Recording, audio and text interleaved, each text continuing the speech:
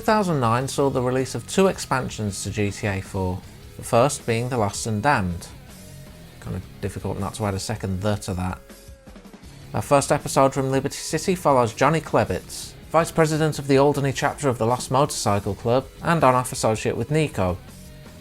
They play into a lot of the biker culture as a result, with a good bit of the language being used, from my own cursory research anyway, and all the stereotypes of bikers you tend to associate, such as leather jackets, heavy metal music and so on. As pointed out in Fuzzy Slipper's review, and likely others, this also came out not long after Sons of Anarchy started, so it had a bit of a wave to ride on that front too. I think nowadays, most people tend to want to know of Johnny through his GTA 5 appearance, given that game's been in the public eye a lot longer, but that's also a bit of a disservice to him, to put it lightly. Here, well, things don't really go too well for him here either, as he's basically trying to keep things afloat despite forces both outward and within causing strife. Still, at least he puts up as much of a fight as possible to the end, but I'm getting ahead of myself. Gameplay-wise, Rockstar seem to have tweaked the controls a bit. I said a few times in my GTA 4 video that I often dreaded driving bikes as Niko. Thankfully here they feel a bit less of a gamble to use, which, given the story's about a biker club, is kind of a relief. That, or maybe it's a psychological thing, but I felt a bit more comfortable with them either way.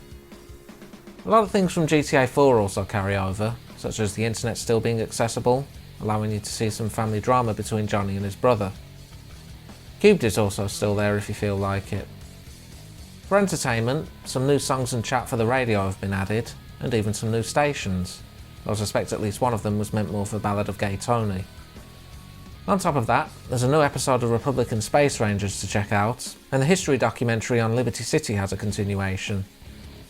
For Hangouts, you now have all 3 friends show up at once, which makes boosting their approval a bit easier. Most of the activities are intact, such as drinking or darts, though bowling has been replaced with air hockey. Other new activities include arm wrestling, as well as the card game High-Low, aces being low. The comedy club's been updated too, with shows by Frankie Boyle, who was still most famous for Mock the Week at the time. Hidden Packages replaces pigeons with seagulls, because those things are terrors, and you unlock a special bite for getting all 50. Plenty of other stuff is unlocked along the way too, which of course we'll get to, so on that note let's get into the story.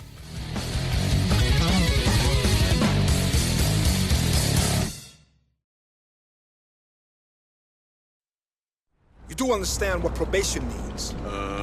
Yes, sir. It means that if you continue down that same path, you'll be locked up and calling some cellmate daddy within a month. Yes, sir. If I had it my way, we wouldn't waste our time. You'd be inside already.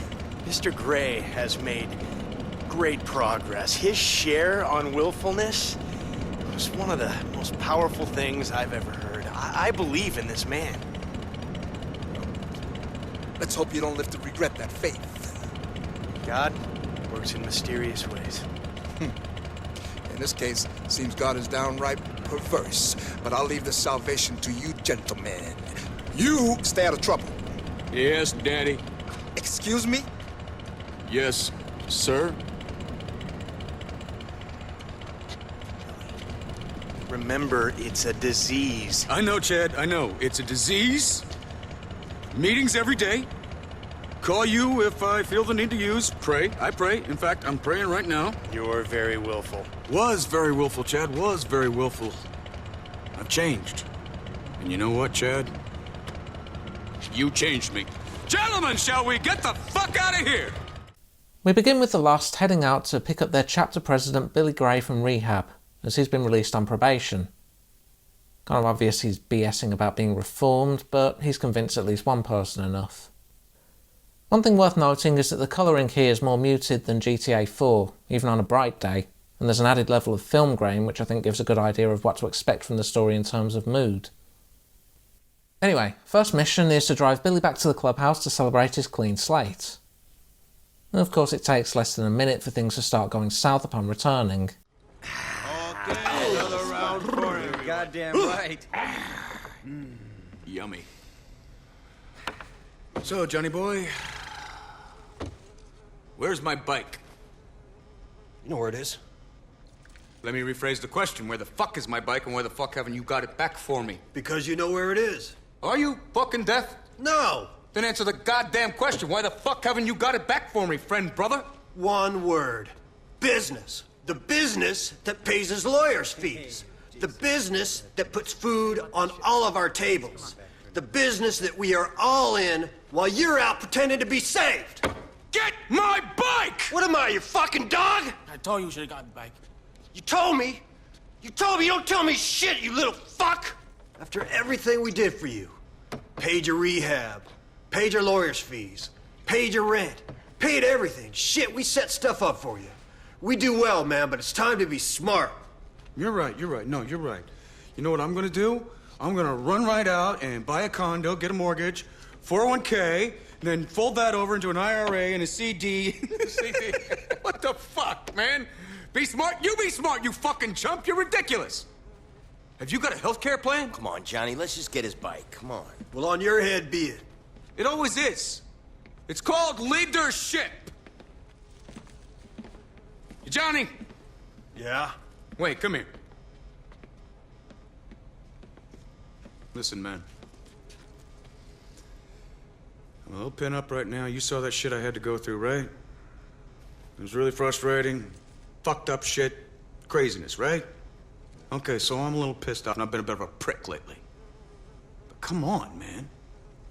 You and Angus built that bike for me? That's gotta stand for something. Yeah, you're right, brother. I'm gonna go get it. And you know what? Peace and prosperity be damned. Peace and prosperity be damned, my brother. You are my brother, Johnny. Always. Pretty sure this whole brotherhood thing is going to last all of 5 minutes between these two. Not helping is his idea of how to run the gang now he's back, as he elaborates en route. I'll run it the way it needs to be run. Same as the 3 guys before me did, same as I'm doing now. With all that said, we need to head to a mechanic that last held Billy's bike and calmly ask for it. Following that pleasant exchange, follow the trail to where the Angels of Death are hanging out. Time for our first shootout, with a new weapon in the form of a sawn-off shotgun. Only 2 shots before a reload, but you can use it on a bike. On the way back to the clubhouse, we get another new gameplay element in the form of a lost emblem. Drive on it for a couple of seconds and you get some dialogue and a health boost, or even armour boost if your health's full. Either way, Billy's got his bike and now he has his eyes on someone Johnny knows called Ashley to continue the celebration. This is where you get access to the clubhouse for your safe house. For the record, I've also decided to forgo the whole run around drive around thing that I usually do, seeing as we're still in GTA 4. You get access to pretty much everything on your phone from here too, with Terry serving as your discount weapon van and Clay as someone who can provide a new bike if yours gets wrecked.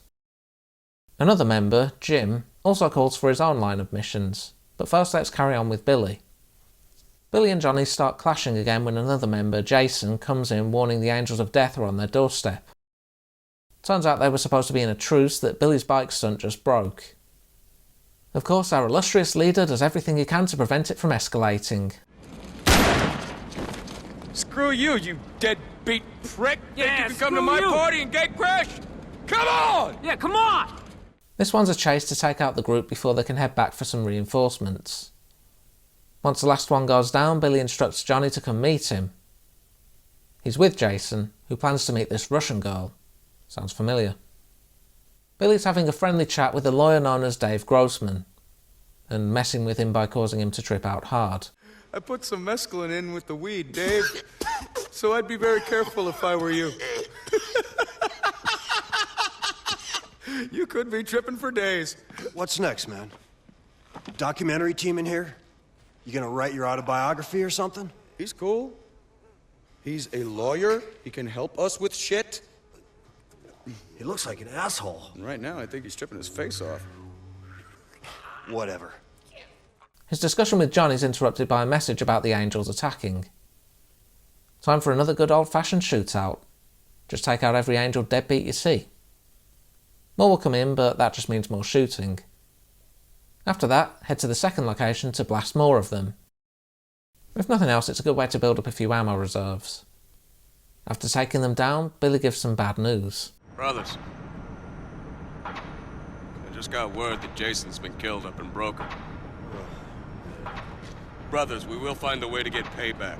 against this Polish, Russian, Serb, I don't really give a shit. Jason Michaels. Lost, but not forgotten. Amen to that, Billy. Jason.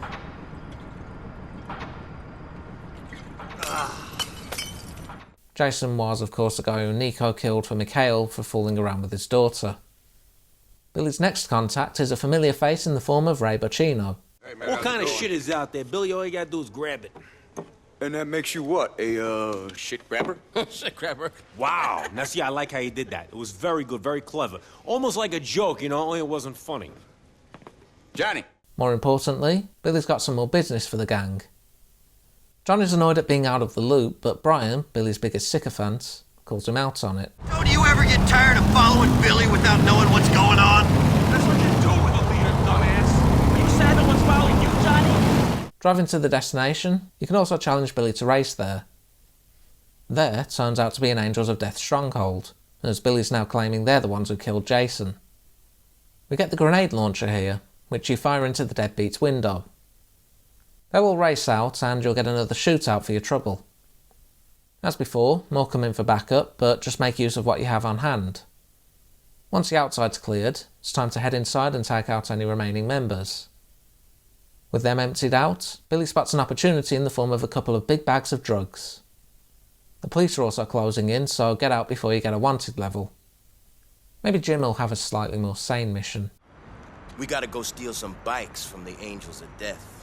Ain't we a little too old for stealing bikes and clubhouse flags and crap like that? It don't help nothing. Yeah, I hear you, man, but these bikes are the real deal. Now, I got a guy who pays me for them, and then he ships them over to Japan. Apparently, they're gonna go crazy for these bikes in particular. Petty, but it could get some cash flow. That and it's fun. He's got a truck ready to help transport the bikes, which he drives to another of the Angels' hangouts. After the first bike's loaded, Jim advises to call up Terry and Clay for some backup. Take out any deadbeats with their help as you load bikes onto the truck. There are 5 total, but you only need 4. A few more deadbeats will try and attack, but it's bikes versus truck. Unfortunately, things go south upon returning to your own bikes. Oh! We've been watching the Angels of Death shit, birds. That's right, we saw the whole thing, you fucking jerk-offs. Case closed. And now you're gonna fucking pay us, just like your daddy paid your mama for sex. And think of a number, assholes. And it better be a big one. And while you're at it, we're gonna be watching. So you better behave yourselves, boys. Finishing this mission unlocks bike races, which kind of play similar to the old Mega Drive game Road Rash, as referenced in some of the intro dialogue for said races. You get a bat to knock racers off kilter and have to be careful not to be on the receiving end. 12 races get you another bike, and you also get decent money from continuing to finish first after that, which is useful due to there being no big bank heist payouts. Jim decides to get revenge on those cops, as he's got intel on their location. This gets you an automatic pistol that fires much faster than your average handgun. Another race too, but I missed the checkpoint. Anyway, Jim gives the 2 cops a well-deserved payment. After that, you need to lead them to an ambush. They'll call in their own backup, so it's a big bacon cook-off. I had the unfortunate luck of not escaping the wanted level area in time for more to show up alongside a sliver of health on my end. Driving to safety was out, so I decided to swim for it, and somehow that worked. Those drugs from the Angels Clubhouse turn out to be the same ones Johnny planned to sell with Elizabeta's help, meaning our first crossover with Niko. Brian's holding on to the stuff, so I grab it from him before heading to the deal. I don't know why Billy got you to handle this, and not me. I mean, what's up with that, huh? Because Liz Torres and any other 2-bit hustler on the street would take you for the little pussy that you are. Rob you blind. Look, give me that shit. And of course you know how this one goes. LCPD! Freeze, motherfucker! I said freeze! Still don't get how they put this guy on a bust. Anyway, this time you're escaping to the bottom of the building rather than fleeing over the rooftops. I died here, but thankfully another addition to the episodes is checkpoints, saving a bit of time driving around. Still 3 stars to worry about, so I'll get clear of the building and the police radius. Billy calls Johnny, telling him of a politician associate to Dave by the name of Thomas Stubbs, who's at the local country club. Johnny makes a good first impression on the staff. I think you should leave, sir, before I call the police. I think you should leave, sir, before I... Dude, it is the 21st century. Let me tell you something. You've got a job wiping rich pricks' asses, and for some reason you seem a little pleased with yourself. Will you leave? Trust me, man, nothing would please me more. But I'm supposed to see Tom Stubbs, and well, he said to meet him here. Oh, Mr. Stubbs, sir. Okay, you only had to say so, sir. Follow me, will you? Mr. Stubbs is in the day spa, receiving some back work. Right you are. Stubbs is after some money to help with his election campaign. You want me to kill your father? No, that's disgusting. How could you suggest such a thing? My father died years ago, thank God. No, my uncle.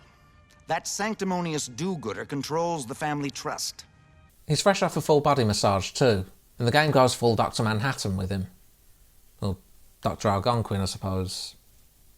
I can't show that, and I'm not sure how many people would want to see it. What makes this mission interesting is you can take a couple of approaches to it. Stubbs' uncle comes into the airport by helicopter, so you could use the RPG given to you to take that out. The other way is to attack his transport convoy.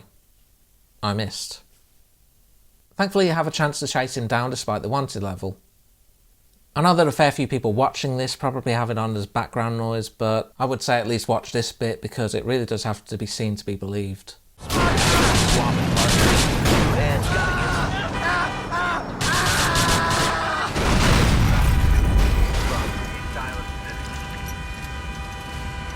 There is still the 4-star wanted level to worry about after that, but by some miracle I managed to escape to Broker with a busted cop car and got out of range. I have no idea how I was able to do this first try with everything going wrong. Any victory you can walk away from, I guess. You get a call from the previously mentioned Ashley, who's being held by some dealers threatening her. Looks like we've got another big daring rescue on our hands. I think I need a vehicle that's not about to explode from a leaf landing on it. Okay, big daring rescue. You need to search one of the buildings in the project and take out a bunch of dealers holding her. After the previous mission, this one's a breeze, and it turns out Ashley's the strung-out woman that Ray Bacino was with in one of Niko's missions. She's known Johnny since childhood, and their relationship is complicated. Either way, take her back to her place and she'll start with the sweet talk. I'm sorry. I know I ain't much. But I'm all yours. You do know that, baby, don't you? You say so. I love you, Johnny. Thanks for saving me again. Yeah. Take that bike, we'll ride off into the sunset, you and me. You, me, and that little habit of yours. You're my habit, Johnny. And you are ridiculous. Not long after, I unlock Gang Wars. These are side missions where you have to wipe out members of an enemy faction, whether they're camped out at a location or roaming on the road. It's a good way to earn money, as it builds up over time, and you also get weapons for every 10 you do up to 50. In theory, it also allows you to grind your NPC gang members to become tougher, but I honestly found them to have the survivability of your average Pikmin in practice. That or I'd just suck at keeping them alive. Another side mission comes courtesy of Jim, who wants Johnny to grab bikes for Angus. Angus, seeing as I haven't mentioned him yet, is the guy in the wheelchair you sometimes see. Phone calls and emails reveal he likes Billy about as much as Johnny does, partly because Billy's the one who put him in the wheelchair. 10 bikes total, and doing them all gets you another unique bike for your trouble. Johnny returns to the country club and gets along better with the maitre d' this time round. Hey, how you doing, man? Oh, yes, sir. Hello, sir. I'm fine. Good. Has giving the man the, finger really satisfied some inner urge within you, sir? Well, I think what I've learned is that there's always a man, dude. He just wears a different uniform. Stubbs still has no sense of shame either. He's got a few associates that need to be freed from a prison bus. This is another one with a couple of approaches, either sneaking in and jacking the bus or waiting for it to head out and jacking it then. I'll go for the former, though this isn't much of a sneaking mission. The bus also has an inmate that may have been a regular at Donald Love's morgue parties. Whoa! You're the best tasting thing I've had since I got locked up. That's intense. All right, since we've all, eaten, we've got a new destination, people. At the very least, he's polite. Next step of this plan is to get out of range of the wanted level. After that, just take them to a drop-off point and to freedom. Thank you, sir. My fellow prisoners and I are most grateful. we've got a boat to catch. Oh, I do like to be beside the seaside. Oh, I do like to be beside the sea. Oh, I do like to walk along the from where the brass band plays fiddly bum bum bum bum. Let's just hope our cannibal friend doesn't get hungry again. We get another chain of side missions after this, as you can call Stubbs for more jobs. First one's easy enough. Just take a photo of another politician looking for some action. Just need to wait a fair bit actually, for the right car. Second job for Stubbs is helping a friend of his get away from the police, who've got her for some white-collar misgivings. Once you have the LCPD on you, drive her to a private helicopter and shoot any pursuers until she can safely board it. Mission 3 sees Johnny going to the same cafe Niko went to for Jeff's side story. This time it's to kill the patron outright rather than playing PI. If there's a better way to handle it than a shotgun, I don't know it. Our next one features a rather familiar looking car. Stubbs wants to blackmail the deputy mayor over the whole affair with Bernie. Wouldn't be the first to do so. You need to steal the car from his house and take it to a mechanic on the other side of Alderney. The car may be fast, but the time limit's tight. I may have missed the deadline by a hair a couple of times. Once you do succeed, Stubbs sends a text with a number to the bug. While I wasn't able to trigger it this time for some reason, you can sometimes hear Bernie talking to himself, or Niko getting caught up in shootouts. Lastly, Stubbs wants Johnny to talk with someone planning to hand over some of his own blackmail material to the press. By talk, I mean blast him with a sawn-off. Once again, the gang's arguing, having learned the origin of the drugs taken from the Angels. That H we stole, it belonged to the Chinese. The deadbeats told them we got it and they want it back. So, fuck them. Finally! There's some heavily armed, pissed off motherfuckers who killed a couple of Angels when they found out the shit was gone. Now I'm thinking maybe we could strike up a deal with them. Okay. Okay. And looking for a fight is the wrong thing to do right now, given the fact that we can't even stop fighting amongst ourselves. Yeah, you're right. We should probably all get in a circle, hold hands, pray, sing kumbaya. Kumbaya. Yeah, whatever. This ain't no joking matter, Billy. We'll either end up dead in the ground or back in the lockup with you. I ain't going back there. I'd rather be dead. Damn straight. Well, you don't have to do either, man. I just think that getting rid of that stuff now is the right thing to do. The ride over also reveals the triads were on board the platypus transporting it over. Another race over to the stronghold later, Billy offloads the task of selling the drugs back. So let me get this straight. You are here to sell us back our heroin. The heroin my cousin sweated over in order to bring to this country only to have it stolen. Look, man, we can do business or go to war. It's your call. In this country, they seem to be the same thing, you stupid pieces of shit! Seems about right for a drug deal in this series. Triads block your way down, and more spawn along the way. Sadly, no cinematic for sending them back to the ground the quick way. They also seem fond of dramatic entrances, much to their own disadvantage. The police have also got to Billy, who's blaming Johnny for some reason. Heading back to Brian, Jim points out that with Billy back inside, he's the only one who can take leadership of the chapter. It's like being made captain of a sinking ship. What am I gonna do? You're gonna stick by your brothers. We gotta pull together now. Brian, suck up as he is, starts blaming Johnny for Billy going inside. You ratted him out. No, I didn't. He nearly got me fucking killed. You set us up. You always wanted to be the one, the man. You sent Billy to jail, huh? Show us your phone. Prove you ain't been speaking to the law. I don't prove shit to you. And I didn't talk to no one. I guess I gotta take over as chapter president now. When people hear about Billy going down, there's gonna be more pressure on us than ever. We gotta get through it. Brothers for life, man. Lost forever. Jim's hanging out with a pair of bikers named Malk and Deshawn. Malk's got us a connection that ain't got nothing to do with bikes. Oh, yeah? Yeah, explosives. That's right. Okay.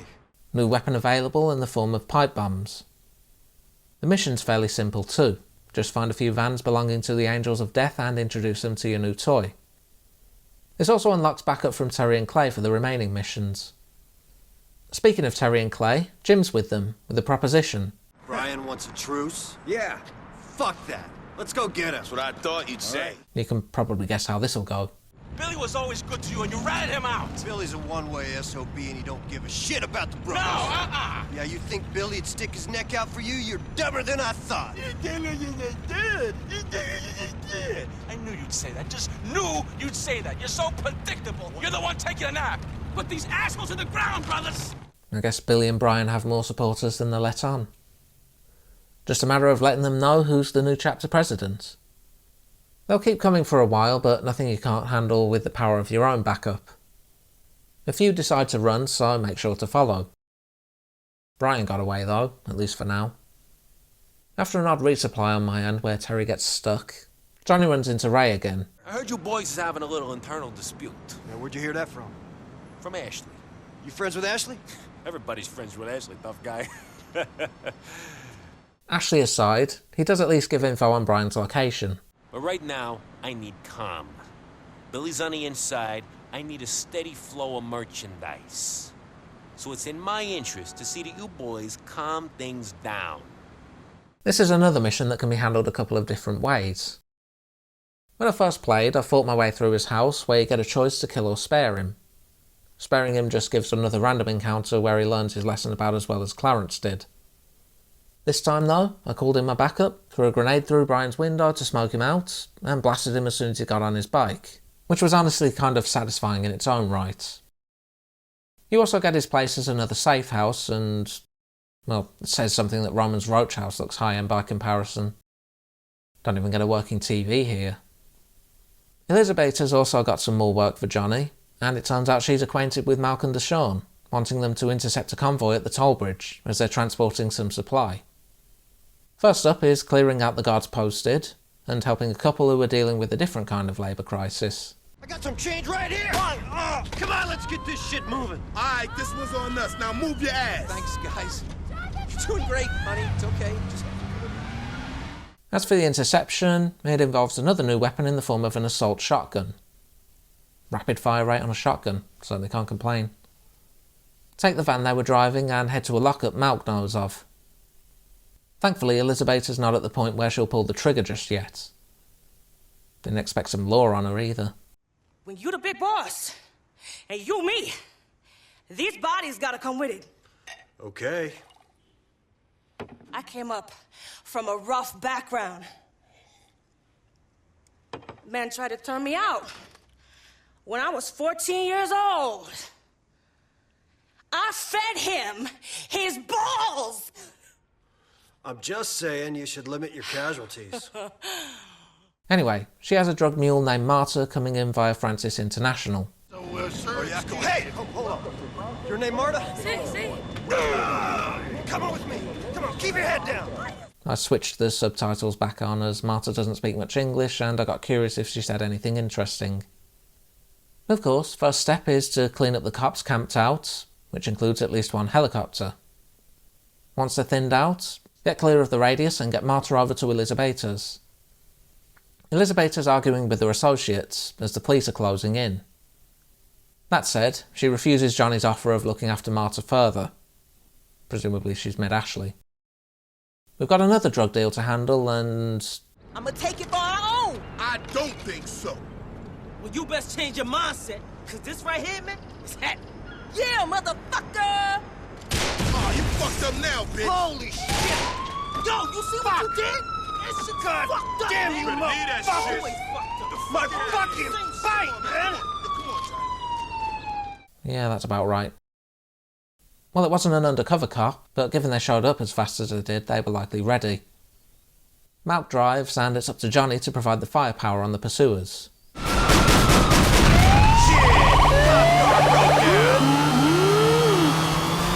The chase ends up in Algonquin, where you need to get a helicopter off your tail.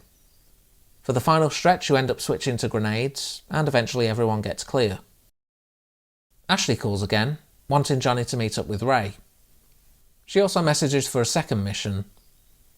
First though, let's check out the random encounters, as there's only a few this time and they're always marked. First is Dave, the lawyer Billy recruited. His wife's trying to get whatever she can on him, so he wants Johnny to go talk to her lawyer. So you want me to go put the fear of the Lord in a lawyer? And you're gonna pay me for it? Shit, Dave, why didn't you say so in the first place? Solid, man. Not too difficult. Just shoot the lawyer's car until he stops. You better have a good lawyer, pal. Yeah? Well, in my books, the only good lawyer is a dead one. Okay? Put the brakes on your case against Dave Grossman or you'll be one good fucking lawyer, dude. Okay? Malk is our other encounter and needs Johnny to find Deshawn, who's been shot. Luckily nothing serious, but the rule was bats only. Deshawn leads Johnny and Malk to the bikers, so I'll give them a taste of gunfire right back. He also gets a second encounter, but that's just another race. Suppose it's time to go and see Ashley.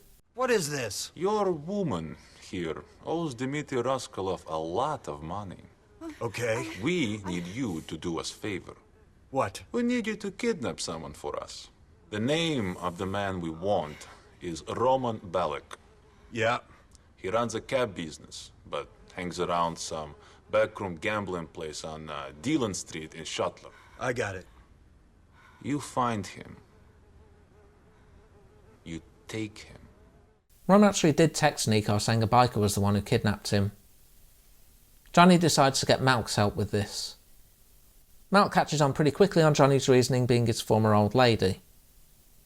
Kidnapping via bike would be a pain, so Malk has a car ready. Roman's at the casino, big surprise. So wait for him to head out and he'll become the newest passenger. I think he's trying to say something, Malk. I can get money. Kind of depressing seeing Roman beg like this. He'll also try and run at one point, so you need to hold him up and get him back to the car. Miracle I didn't set the cops off given where I am. Either way, just a matter of getting him to the warehouse from there. Says something they're still worried for his safety. Ashley's square with you now, so do me a favor. Go easy on the fat man. I've seen some of the bodies you people drop into Humboldt. Easy, Johnny. You saw the shit stains in the back seat. He's scared enough. What happens to this shithead is none of your concern. Honestly, Johnny's lucky Niko never learned the biker kidnapper's identity, as he was already climbing Niko's hit list with the whole diamond thing. Speaking of which... Listen, I got a little business proposition for you. Oh, yeah? Okay, I know about some diamonds. Illegal, never in the system, easy to move, no insurance, couple millions worth. Bought by wise guys, from wise guys, for wise guys. You understand? No taxman, nothing. Got our names all over them. Right. The ice is being held by a guy named Gay Tony. You're gonna need a little help on this. Should be no problem with that. Good. And stay in touch. Jim helps Johnny get the rest of the loss together for backup. Join up with them and head over to the docks. Gay Tony's there trying to talk his way into a discount with the chef that smuggled them in, but Luis spots Johnny as they try to sneak up on them. This one's a simple case of chasing down the guy holding the diamonds through the streets and taking his car down. Eventually he'll get out, so shoot him and grab the ice. Ray then calls and tells Johnny to stash him with the garbage, tying into the mission Niko did with Luca. Ray calls up not long after, wanting Johnny to help oversee the deal with Niko, once again tying into his story. Of course, because this also ties in with Luis, we know how this goes. Rest of you motherfuckers wanna die? Do something stupid, okay? Fuck you! Just get the shit, man! Come on! As before, you need to escape the Libertonian, though Niko's already cleared some of the way. Shit! You don't want to get in that Slav's way. Johnny takes a different exit and needs to clear out Ray's men before escaping. Some of them take cars, so you need to chase them down, and I thank my stars I can still use food stands. Once they're taken out and you've escaped the cops, head to Jim to hand over the money Johnny grabbed in the confusion. Jim sends a text saying to head to Ray's restaurant. I told you not to get too fucking clever. What? Oh, you gotta be kidding. Start walking. Downstairs. I don't think Ray believes Johnny or Jim regarding the money. Jim manages to escape on his own and Johnny kicks Ray's gun away, allowing them to get out for the moment. I'll see you later! Ashley calls and warns Ray's got his men tracking Johnny. Calling Clay or Terry gives a quick and easy way to take care of things. They'll set up a vantage point and all you need to do is drive on over. With the power of the high ground on your side, it's a matter of cleaning up the streets with whatever firepower's on hand. Following that, head back to the clubhouse to see Ashley and learn more bad news. Johnny, I got some bad news. Jim, he ain't... Oh, no. Oh, man. Not Jim. Fuck this. But Johnny, Ray ain't the problem. What are you talking about? Are you telling me that a backstabbing mob guy who wants to kill me ain't the problem? It's Billy. Ugh. See, it's Billy. Ray, it turns out that Billy was trying to poison him against you, and now apparently Billy's going states. He's gonna blame you. I'm sorry. Well, what now? You gotta get someone to help you. Maybe that congressman. Maybe. For those curious, Jim was retconned into being one of the bikers Niko chases through the subway tunnels. Stubbs calls and offers to meet at the clubhouse. Nice place you got here, Johnny. Not quite sure I meet the dress code, but I think I like the smoking policy. What the fuck do you want? Now, is that any way to treat a friend? Are we friends? Well, I think so. You've certainly seen me naked. He assures Johnny that Ray's not going to be a problem much longer, which lines up with Niko's work for Jimmy Pecorino. As for Billy... He's been talking inside. Thinks he can help pin a major drug dealing ring on you and your buddy in the chair. Thinks he's going into the witness protection program. And if he collars you, you'll do 15 years, and he'll live in a condo in Arizona. Well, I don't doubt that, Mr. Stubbs. But he's on the inside. Yeah, I know. And there's currently very large walls and armed guards between me and him. Yeah, well, you're a smart guy. You'll figure something out. If you get into trouble, you call me when you get there. I might have something to help you with it. Head down to Alderney Correctional, though Stubbs doesn't actually give any personal help. Cut mission line, I guess. Instead, Johnny calls the Lost for backup to break in. Terry offers weapons for free, so he may as well stock up. Kind of abrupt, but welcome to the endgame. First step is to blow a hole in the door. Given we're breaking into a prison complex, there's a few dozen guards between you and Billy. Sniper too, so be wary of that. Eventually you get to the main yard, where more guards wait. Once their numbers have been thinned out enough, time to track down Billy. He doesn't bother putting up a fight for whatever reason, and you get a pistol execution should you want it. Checkmate, dude. Come on, get it over with.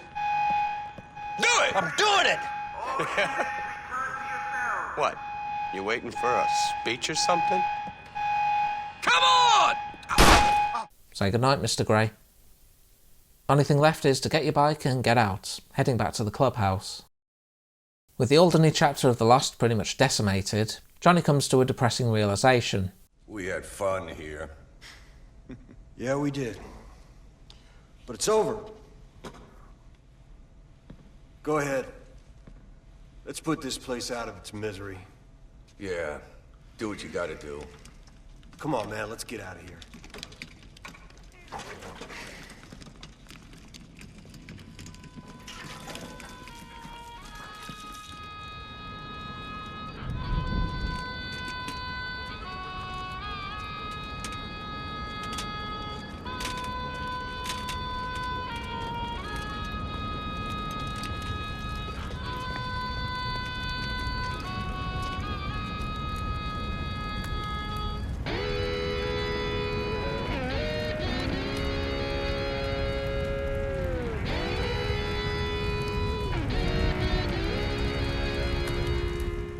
Brian's derelict mess becomes your sole safe house from here on, and you also have some post-game calls like in GTA 4. Ashley hasn't learned a damn thing, still trying to ask for money and promising she'll be off the drugs soon, so Johnny cuts her off. For now. Angus laments with Johnny that things should have worked out better, and they decide to at least take care of Jim's surviving family as best they can. Finally, Stubbs compliments Johnny on his values, to which Johnny retorts there's a reason he never went into politics.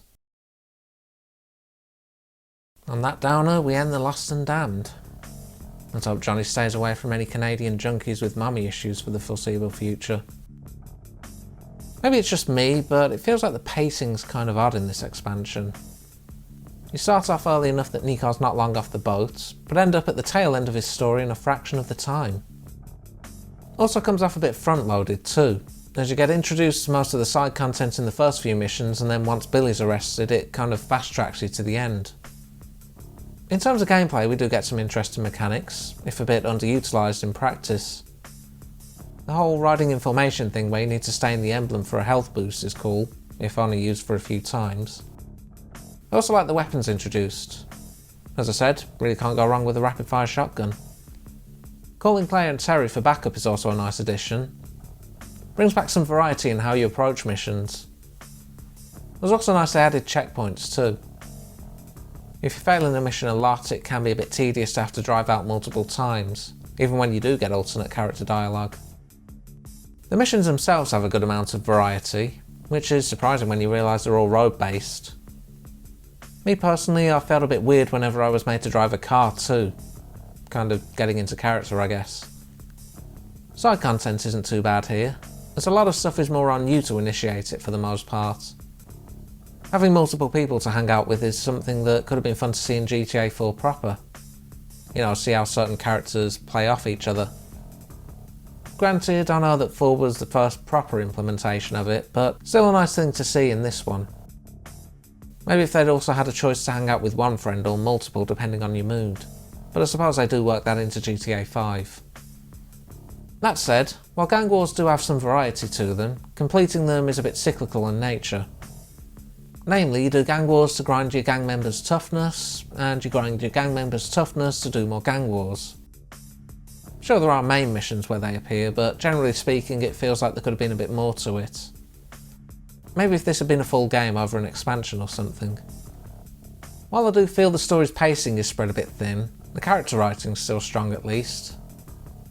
You feel Johnny and Billy's animosity from the word go, with Billy wanting to continue what they were always doing and raising hell, while Johnny wants to try and move with the times a bit more.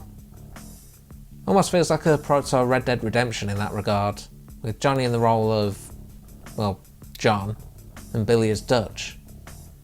Big difference being you see Billy going off the rails a bit more in real time compared to Dutch, who seems to have crossed that line long before you confront him. I suppose one could argue that Ashley and Abigail have a similar template too, with the big difference being Abigail cleaned up her act for the sake of her family.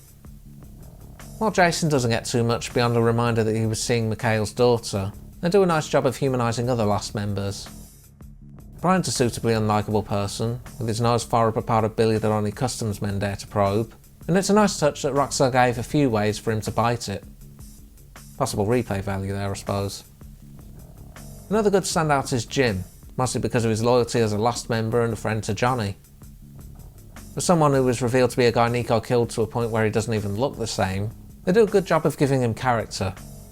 The angle of making him a family man and doing his best to play mediator in the gang.